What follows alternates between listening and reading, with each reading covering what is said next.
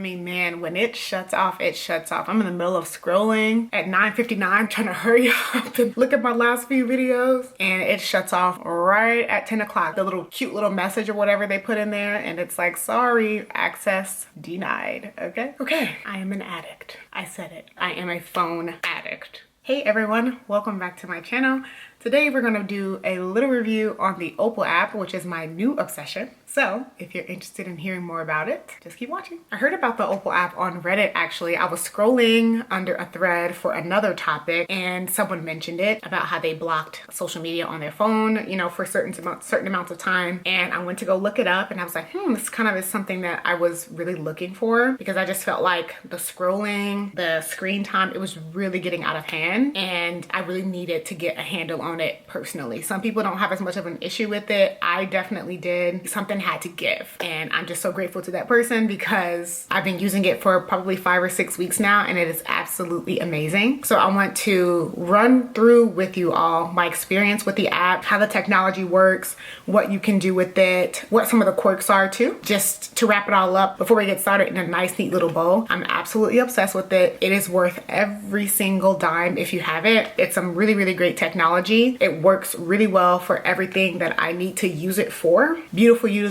interface, beautiful user experience, and I will be a customer for life. Let's get into it. Now, I will preface this by saying I tried other apps like this to kind of cut off social media access on your phone because screen time, it doesn't really work that well. You can just scroll past it and it doesn't have enough friction to stop you from like bypassing the app and going back on social media, because I've tried that before too. The other apps I've tried have been more so geared to like they're like more so parental control type of app. There was one specifically that I tried where it would cut off social media access at a certain time, but it would like screw up all my apps. Like it would like set them back to factory settings and mess up the layout on my phone. It was super weird and I just didn't like it. Didn't want to sign back into all my apps every single time that I cut off the social media access. It was just too cumbersome for me. It was too much friction. I hate that I had to spend $100 a year to help curb my social media consumption, and they do only charge by the year. So you cannot, at least right now, buy and pay by month. They do give you a free 7-day trial, and then after that you are charged for the $100 per year. I think once you are a member, you can gift away 30-day membership to certain people if you want to. The first thing that I want to touch on is that the user interface and the technology work really well. It's a nice experience. It's easy to use. It's visually appealing to use. They've done a really excellent job. Once it blocks out your app, you basically get these cute little messages that say little quotes and like, you know, kind of fun little cheeky sayings and things, and you cannot access your app. You can set the difficulty. You can set up like a recurring block basically for, you know, like I have some blocks set up for sleeping, some for when I'm working during the day, I have some for the weekend, you know, so on and so forth. So you can set up several blocks, and then in that block you have lists of things that you want to block. Each list cannot be changed. Let's say for example, like you have a recurring block from like 10 p.m. to 9 a.m. or whatever, kind of like how I have, and you have to basically select a list of what's blocked. The apps on that list can't be changed. Sometimes this will happen. If I'm a better YouTuber, I will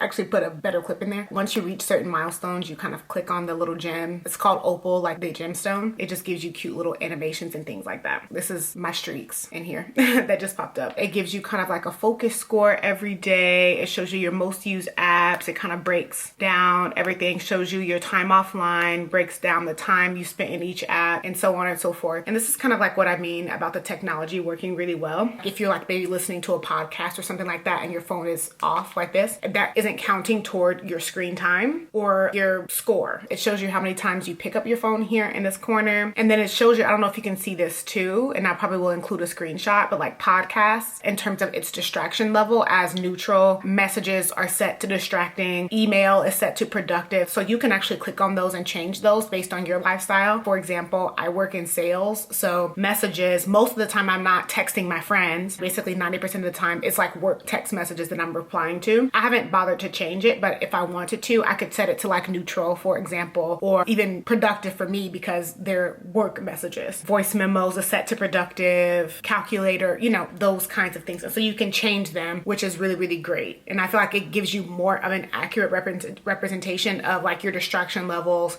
your screen time, and so on. It gives you this little graph graph for every hour, how productive you were versus how distracting you were. And it's drawing that data from here. And that's where it kind of gives your overall like focus scoring for the day. I have my work day kind of split up into two different blocks, essentially. If I want to block podcasts for like the first part of the day, but not the second part of the day, you basically have to create different recurring blocks for that, because you set a list of apps that you want to block, which are up to 49 apps, by the way, but you can't change it. So like, let's say, for example, if I wanted podcasts and everything blocked until like 1 p.m. or like until lunchtime, and then I want to start including podcasts for the afternoon, let's say, but I don't want to have social media, I need 2 different block lists for that, which you can do. You can create multiple lists. So anyway, once I pull the session up that I'm in, it gives you like a second to kind of think, basically, before you're into the blocking session. Especially if you're thinking about leaving early, it's giving you enough time to kind of make a better decision for yourself depending on what you're trying to do. So it's giving you some space in between the decision that you're about to make. And speaking of this, so once you're actually in the session that you're in, it shows you what block list you're working from. So again, I have a block list that blocks most everything on my phone except podcasts, and then I have one that blocks absolutely everything. So I use that based on what session that I'm on. And you can also choose the difficulty on it too. So the normal difficulty, it allows you to take a break, which it gives you up to 15 minutes to take a break. And then also it allows you to leave the session early. Now, if you change the difficulty to time out, it will increase the amount of times that you can take a break. I don't really take a break very often. Probably in the last 5 weeks, I've maybe taken 2 breaks.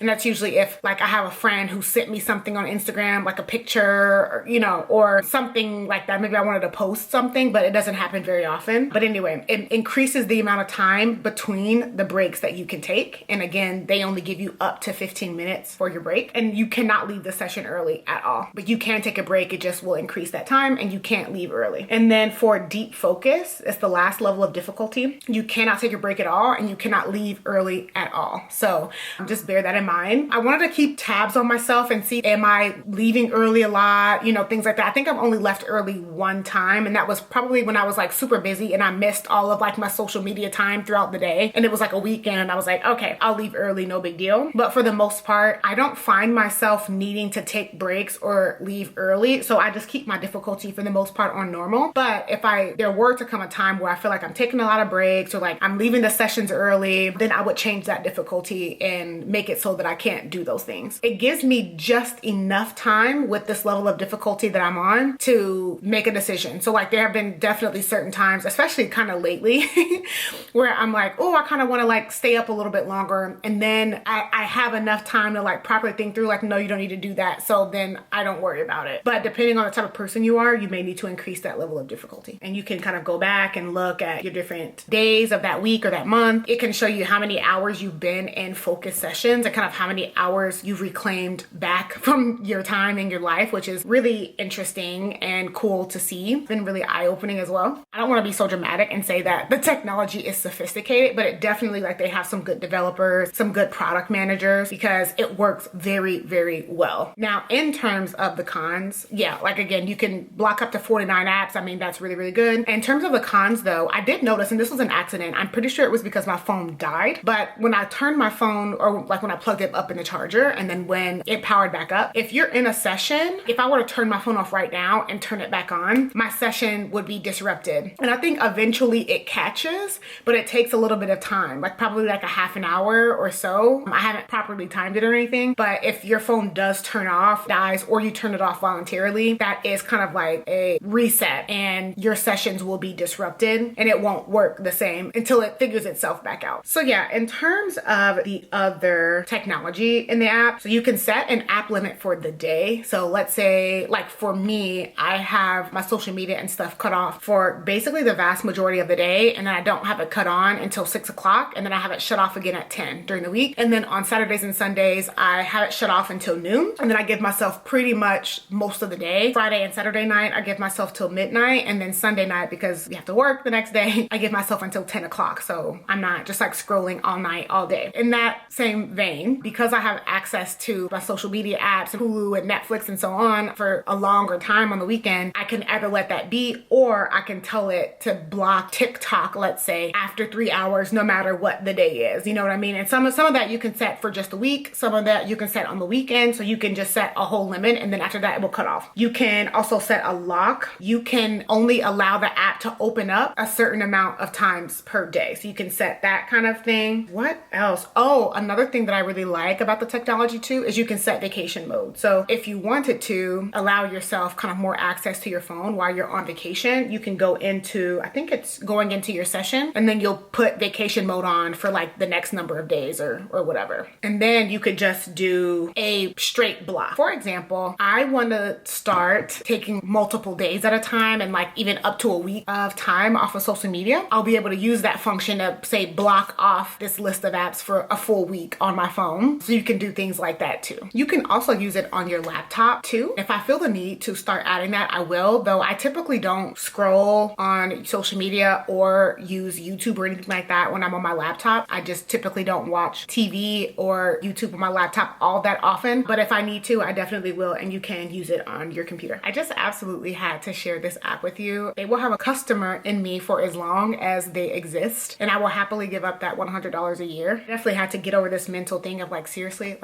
are you really paying $100 a year to have social media apps blocked on your phone? I mean, just the amount of time, energy that I've gotten back in my life since using this app has been priceless. I would prefer not to spend the $100, but I have not come across another app or other pieces of technology that work as well as this does and covers all of the bases for me in terms of what I'm looking for in social media time control. I will shout this from the rooftops to as many people who will listen because I think it's absolutely fabulous, and they're doing the Lord's work with this application because you really can get the best of both worlds. Like, I love social media. I'm a social media person. I post YouTube videos here and there. I'm on TikTok. I'm on Instagram. I like it. I really do. At a certain point, things just don't work for you anymore, and you need those guardrails. I feel like I can have these things in my life that I really enjoy, but at the same time, while it's not getting out of control. Now, I want to talk a little bit about kind of some of the benefits that I've seen personally. Surprisingly, one really weird one is I feel like my appetite has gone down. I don't know if it's because I'm spending less time watching Netflix, Hulu, you know, all this kind of stuff. I'm having less exposure to ads, like food ads and stuff like that. I feel like I'm just less hungry. Plus, I think it's probably just like less anxiety, less stress. I'm just less kind of snacky feeling. I don't know what it is, but definitely have had a loss of, not a loss, but less appetite. Well, I feel like my appetite's more in control, which is weird. If you know why that is, let me know. Another thing is, this doesn't happen all the time, but like I noticed that that very next week that I started using this app, my step count, usually I try to stick, like if I get 7,500 steps, that's my step goal. I'm happy. But my steps, average steps that particular week went from 7,900 to I think it was 13,700. So they basically, I don't want to say doubled, but vastly increased, because when you're not sitting down scrolling all the time, then I'm like, oh, okay, well, I might as well go for a walk, or I might as well clean up my closet, or I might as well, I don't know, like do other things. And so it just naturally kind of pushed me into doing other stuff. It's like, yeah, I went for walks and stuff before, but now it's just like, okay, what else am I going to do? You know what I mean? Until my social media kicks on. Or a lot of the times during the week, it's like I start my walk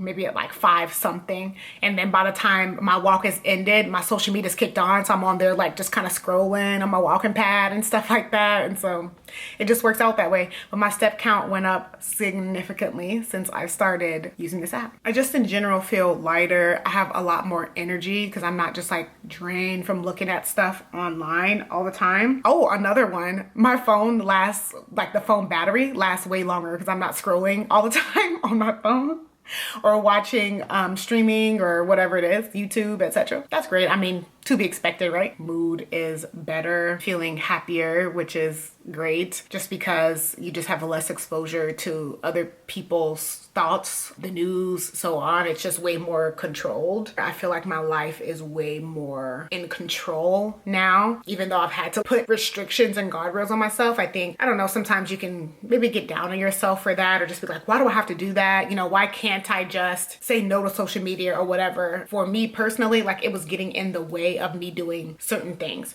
Now, some people don't really have that problem. I definitely did. And I just had to recognize that, recognize my limitations, and utilize all the technology that we have in my favor. And I'm just so happy that I found it. So shout out to that person on Reddit who mentioned it. Shout out to me having $100 to spend on it. I just would definitely so excited to share it all with you. If you're anything like me, I think you'll gain a lot from it because it just can give you your life back and give you just enough time or just enough space kind of from some of the apps to branch out and do some other things but still enjoy them at the same time. Shout out to the Opal app. It's absolutely incredible and wonderful. Spot on, amazing technology, great user interface, great user experience. I think that's all I have to say for now. I mean, man, when it shuts off, it shuts off. I'm in the middle of scrolling at 9:59, like trying to hurry up and like look at my last few videos, and it shuts off right at 10 o'clock. The little warning app comes up, the little cute little message or whatever they put in there, and it's like, sorry, access denied. Okay. If you have any questions though, definitely let me know. I'm happy to answer them for you. Otherwise, just try it out for 7 days, see how it is. And if you don't want to keep it, you don't want to pay the $100, like just make sure to set a reminder for yourself to cut off your trial before you're charged. It's really that good if you need it. Thank you so much for watching this video, and I'll see you on my next one. Bye.